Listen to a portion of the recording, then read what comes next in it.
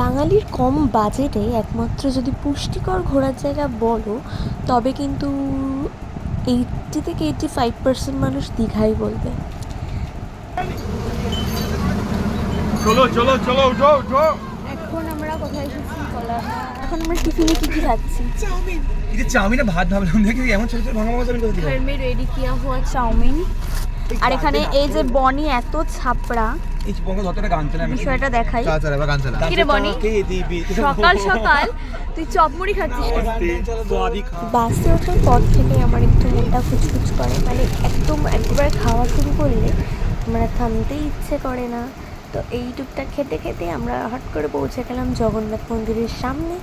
সামনে মানে কি, জগন্নাথ মন্দিরের সাইড থেকে আমাদের বাসটা যাচ্ছিল আর কি। আর ধীরে ধীরে ঢুকে গেলাম আমরা নিউ দীঘায়।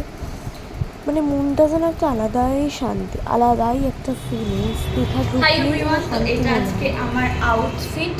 তো কেমন লাগছে আমাকে কমেন্ট করে অবশ্যই জানিও। আর আমরা কিন্তু যেই হোটেলে সবসময় আসি সেই হোটেলেই কিন্তু আমরা আবারও উঠে গেছি। হোটেলটা ভালো, মোটামুটি সস্তার মধ্যে।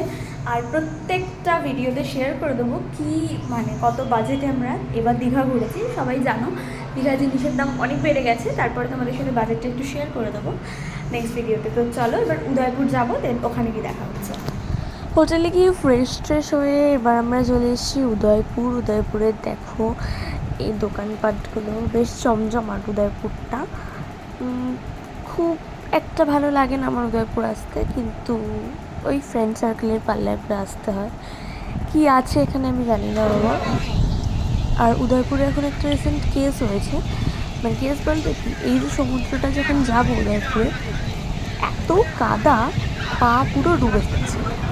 তো নিয়ে আমরা অনেকের মুখে শুনতে পাচ্ছি এটা নাকি বেশ কিছুদিন ধরে দেখা যাচ্ছে যে উদয়পুরে একটু সমুদ্রের সাথে ভীষণ পরিমাণে কাদা হয়। আমি পড়েও গেছি, বুঝতে পারিনি যে ওই জায়গাটা কাদা ছিল, পা আমার ডেবে গেছে। উদয়পুর বিচে চলে এসেছি এইবার।